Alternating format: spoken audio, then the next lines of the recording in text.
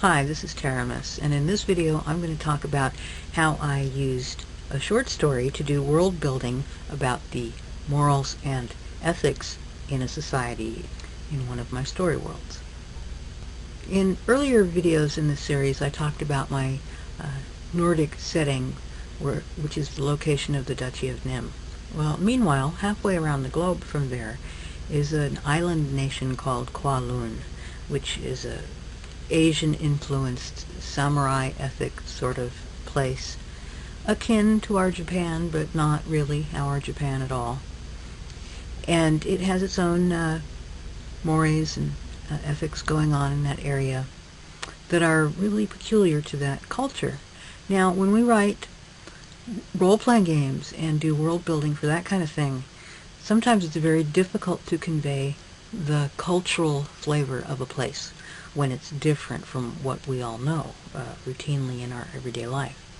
So one way that we can do this is to get a good feel for customs and practices and belief sets and work these into the game setting or the gameplay if your focus is just mainly tabletop. But here I'm thinking of written adventure modules, source books, and products that elaborate on the background. But just to pull an idea out of the area of a culture and a place doesn't necessarily come attached to a lot of the social cultural nuances that we'd actually like to see in our world building.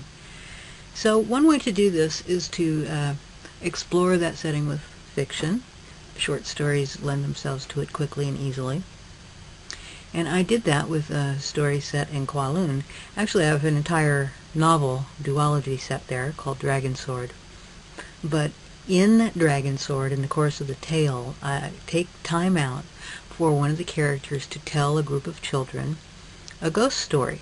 But it's not just the ghost story. In this culture, tales of the supernatural are also cautionary tales. And I thought this would be a good way to showcase what it is that grown-ups teach kids about their culture and appropriate behaviors, and be careful because blah blah blah might happen. That kind of thing can come across really well in folklore. Fairy tales abound with those sorts of examples.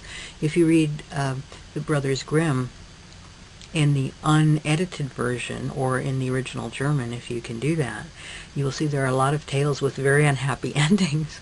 A little girl disobeys her father and runs out to play in the woods and is captured by a witch and never comes home again. End of story.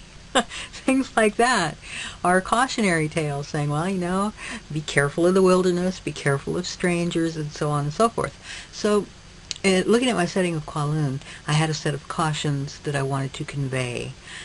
In the framework of the story, it's told to children, and it's simply presented as a ghost story. But the reader then, meanwhile, is getting out of it at maybe a more subconscious level even. Oh, that's the value of revenge in this culture. And hey, here's what happens if you murder someone, and here's a way someone can be killed and get away with it. And all these little, be careful you don't kill someone and treat them badly, or the reverse, because their ghost might come back and get you. And it isn't just a casual thing. In that culture, this is real. So these things aren't just ghost stories. They actually really happen to people.